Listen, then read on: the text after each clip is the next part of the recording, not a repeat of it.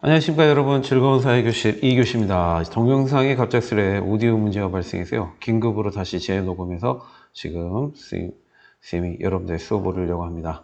자, 오늘 수업의 두 번째 2차시 다국적 기업과 생산 공간의 변화죠. 자, 경제 요 단어도 앞부분에서 농업 부분과 같이 자, 세계화가 이루어지면서 기업의 방식도 변화가 있었다는 겁니다. 그 변화가 뭐냐면은 국적이 여러 나라라는 거예요.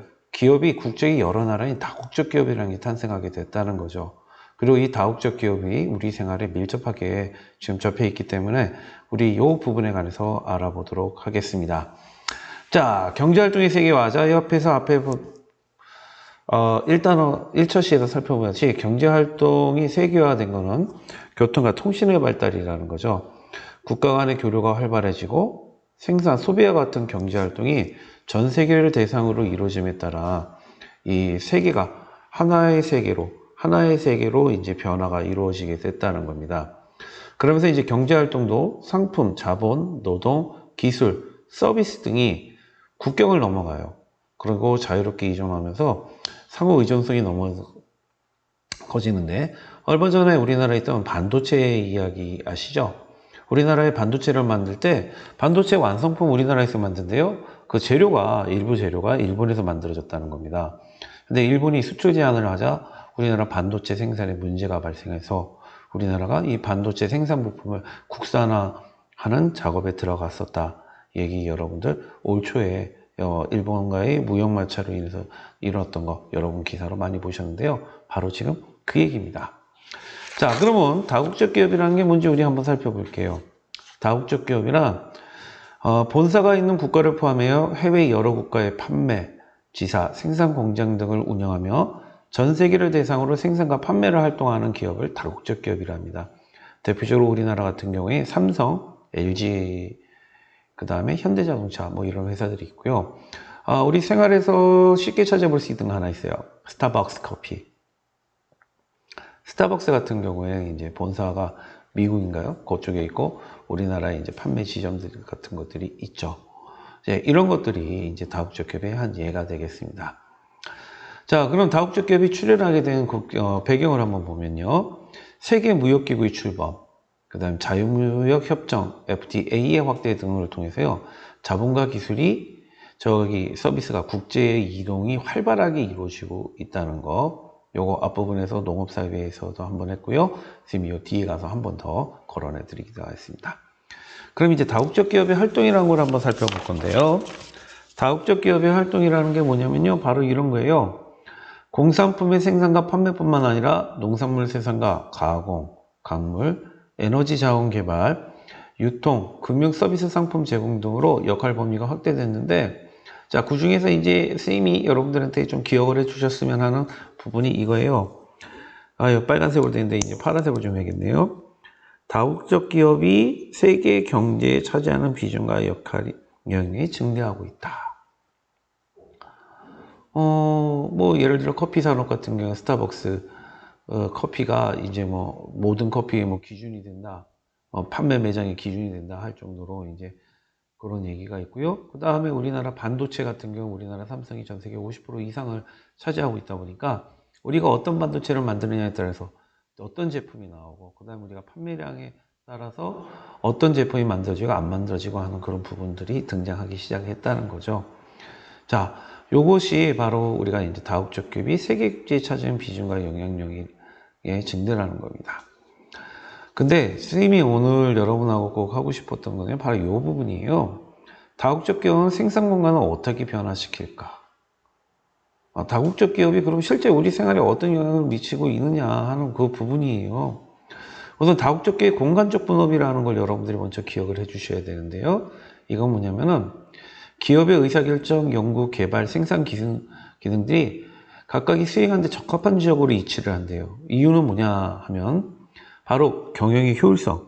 근데 그거보다 제일 중요한 건요, 생산비 절감. 바로 기업이 추구하는 이윤의 극대화입니다. 이윤의 극대화. 자, 돈을 많이 벌어들인다라고 생각을 하시면 되겠어요. 그러면서 그 다국적 기업은요, 본사, 연구소, 공장 요 세 파트로 우리가 나눠서 생각해 볼 때, 일반적으로 회사의 중요한 의사결정을 하는 본사는요, 다양한 정보와 자본을 확보하는 데 유리한 지역에 주로 위치를 하게 됩니다. 그러다 보니까 주로 선진국들이라든가 세계 도시 같은 데 위치를 하게 되죠.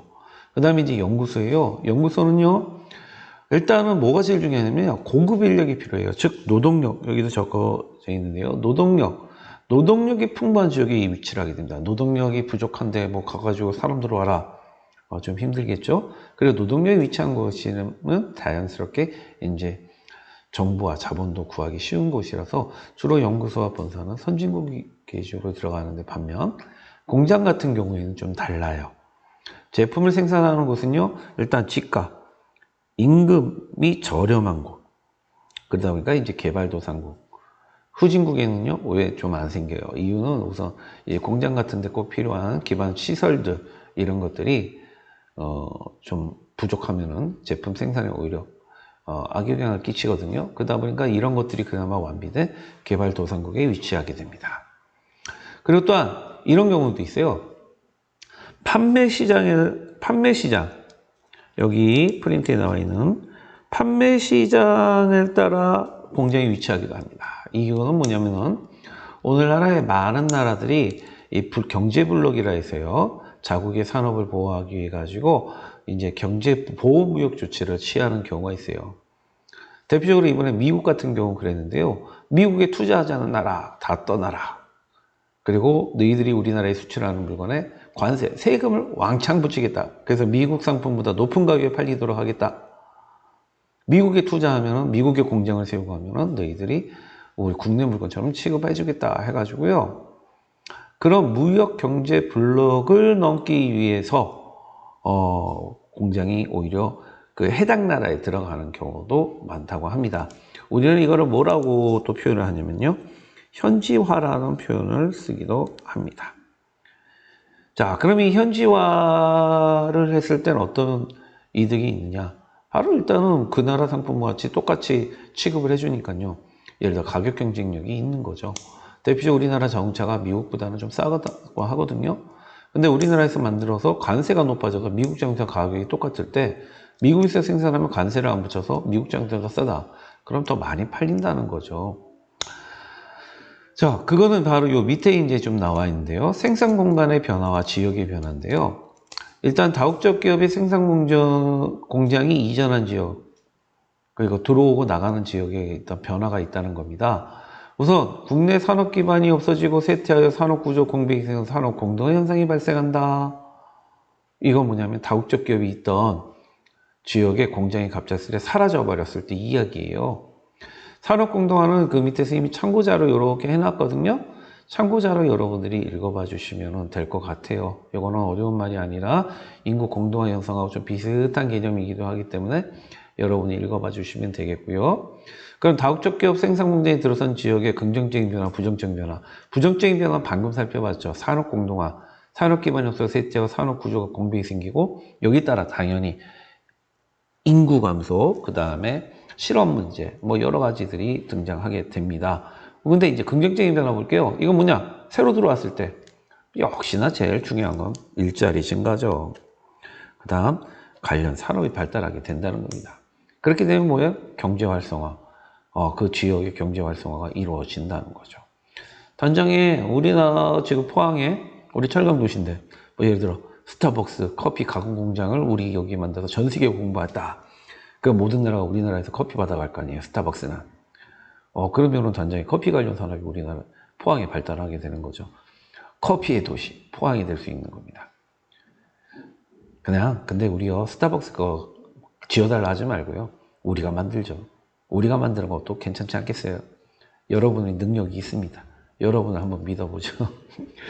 자, 그럼 부정적 변화는 유사한 제품을 생산하는 국내 기업이 어려움을 겪는다는 거. 갑작스레 관련 기업이 여러 개가 있었어요. 예를 들어 자동차 공장 같은 경우는 뭐 만여 개 이상의 부품이 모여서 자동차가 만들어진다는데, 그중에 기업이 하나 사라지면 단지 자동차 부품이어서 차를 못 만들거든요.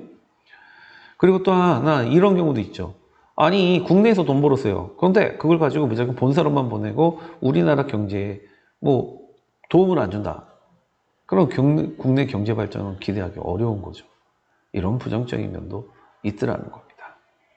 자, 스님이 오늘 조금 급해가지고요. 2차 시정음 했는데요. 우리 이제 온라인 수업, 선생님이 지금 현재 수업 영상만 쭉 했고요. 다음에 스님이 뭐 할까? 문제풀이를 좀 할 거예요. 문제풀이 동영상 하면서요. 스님이 여기서 못했던 거. 그리고 지금 급하게 하다 보니까 조금 급하게 내용이 좀 전개가 됐는데 죄송하고요. 음성이 안 나갔다는 거 정말 죄송합니다. 다음에 스님이 좀 더 꼼꼼히 챙겨보도록 하죠. 자, 그럼 오늘 2차 수업 여기서 마치겠습니다. 여러분, 빠이빠이!